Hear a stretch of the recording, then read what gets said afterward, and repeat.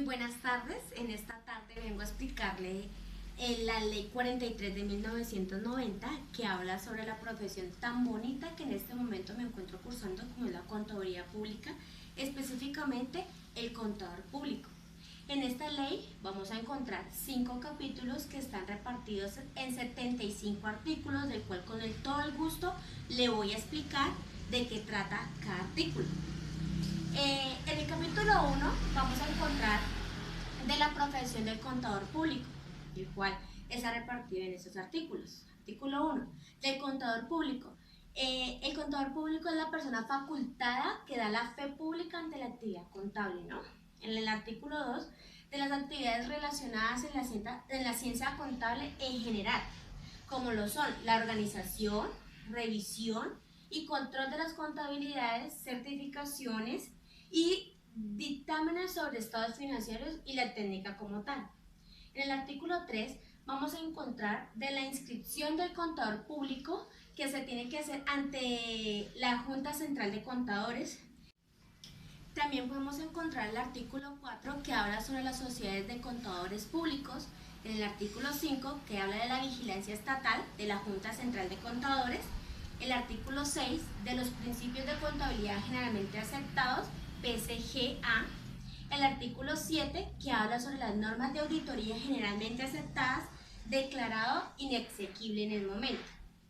Voy a hablar sobre el capítulo 2 del ejercicio de la profesión. En este también nos encuentra acompañados 6 artículos, como lo son el artículo 8, que habla sobre las normas que deben observar los contadores públicos, ¿no?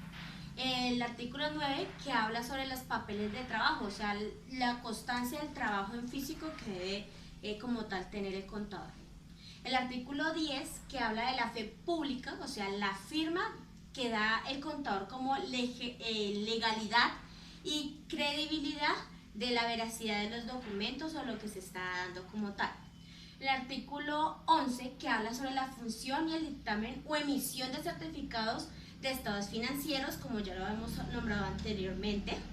En el artículo 12 que habla sobre la elección o nombramiento que recaen sobre los contadores públicos, o sea, no podemos violar el artículo de nulidad, ¿no? En el artículo 13 que habla sobre los requisitos para tener calidad de contador público, como el PCGA y el revisor fiscal. Vamos a encontrar el capítulo 3 que está nombrado por 3 títulos. Entonces vamos a hablar sobre los artículos de este capítulo 3.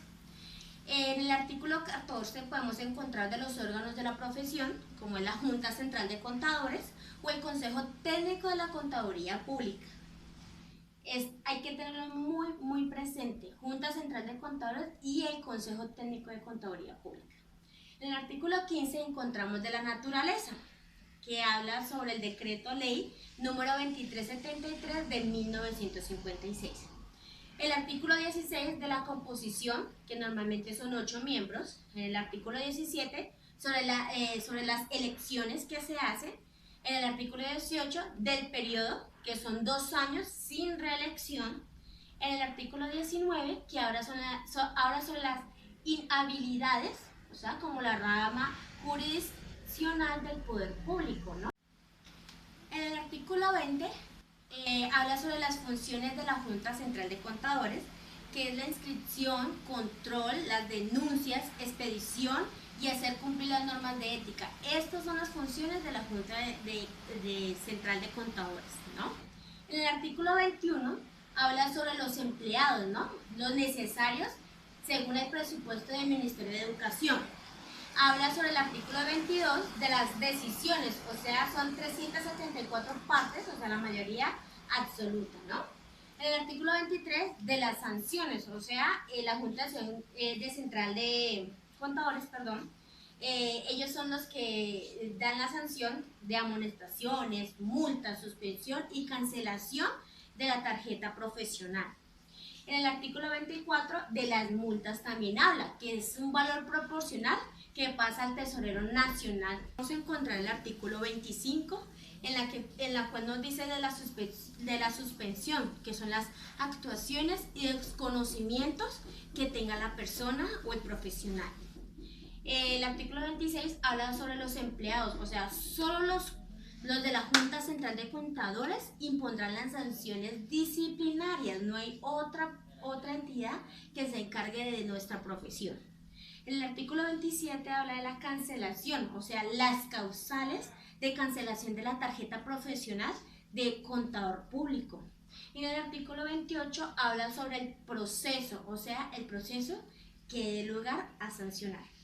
El artículo 29 que habla de la naturaleza, o sea, la orientación técnica científica de la profesión. En el artículo 30 habla sobre los miembros, que ya habíamos aclarado antes, que son los 8 miembros, pero en este caso ya no es de la Junta Central de Contadores, sino sobre el Consejo Técnico de Contaduría Pública, ¿no?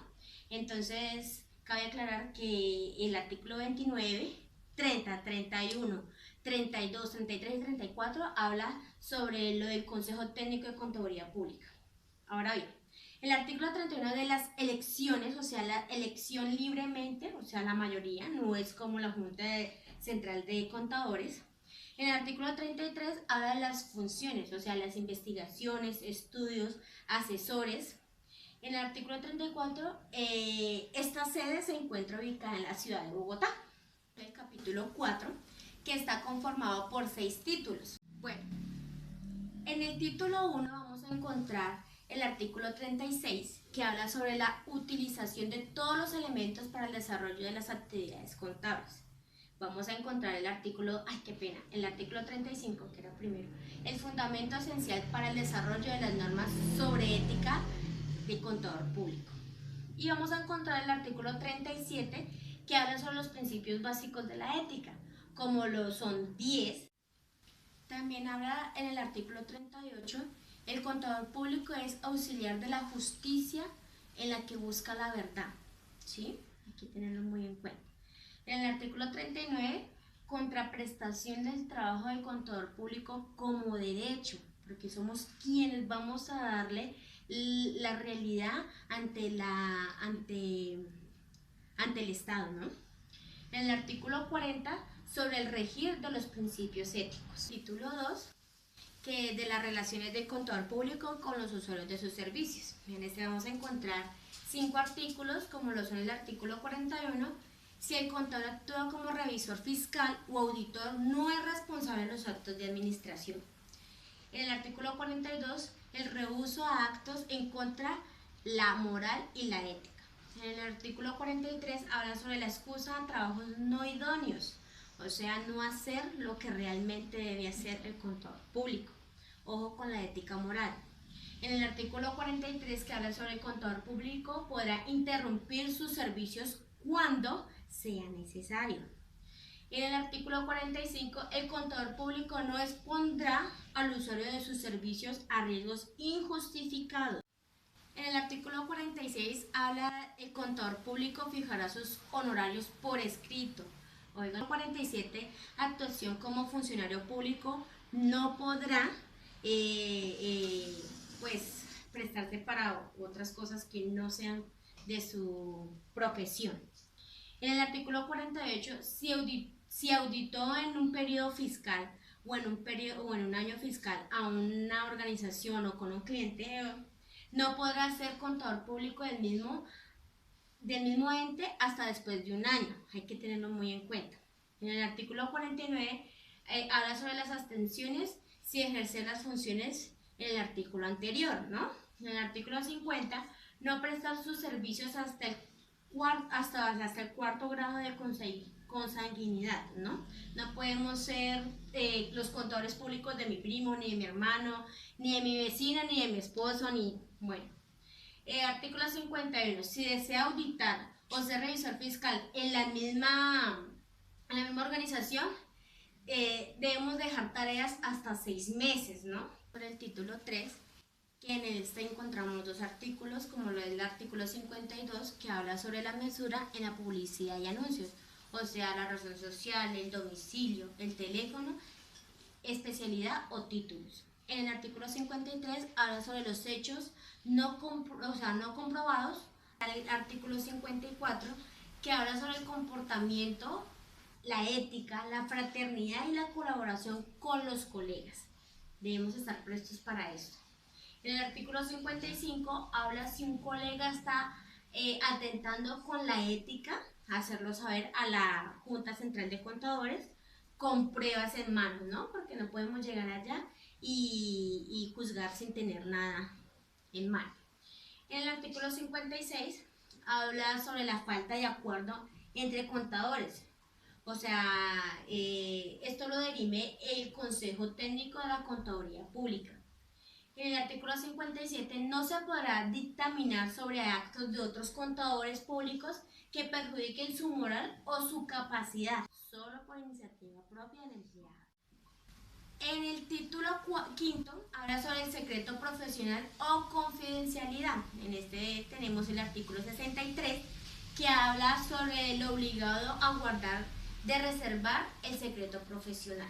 En el 64 vamos a encontrar evidencias de trabajo son documentos privados, no los podemos exponer. En el artículo 65 habla sobre la medida apropiada en la fidelidad, confidencialidad de la información. En el artículo 66 habla que los profesores podrán dar ejemplo, pero sin dar nombres. En el artículo 67, reserva comercial de libros e información en general. No podemos llegar a exponer a nuestros clientes sin dicha autorización de ellos. En el artículo 68 habla sobre la falta contra la ética. Ojo con esto. En el artículo 69 habla lo que se expide deberá ser claro, preciso, ceñido a la verdad. En el artículo 70 habla sobre la confianza pública en lo que se emite por el contador, o sea, por nosotros, deberá ser en forma veraz, digna, leal y de muy buena fe. En el artículo 71 habla de no utilizar nombre para encubrir personas que ejerzan ilegalmente la profesión. Y por último, vamos a encontrar el capítulo quinto, en el cual se desglosa en 4 artículos y nos habla en el artículo 72 de los derechos adquiridos respecto a las situaciones y derechos en el ejercicio contable. En el artículo 73 que habla sobre que el gobierno podrá dictar normas. En el artículo 74 habla sobre el salario mensual que se refiere al mínimo mensual legal vigente. Y en el artículo 71 es donde ya por último nos habla sobre la vigencia que rige a partir, la vigencia de la ley, ¿no? Que rige a partir del 13 de diciembre de 1990. Espero haya sido de su agrado y espero encontrarnos en una próxima clase.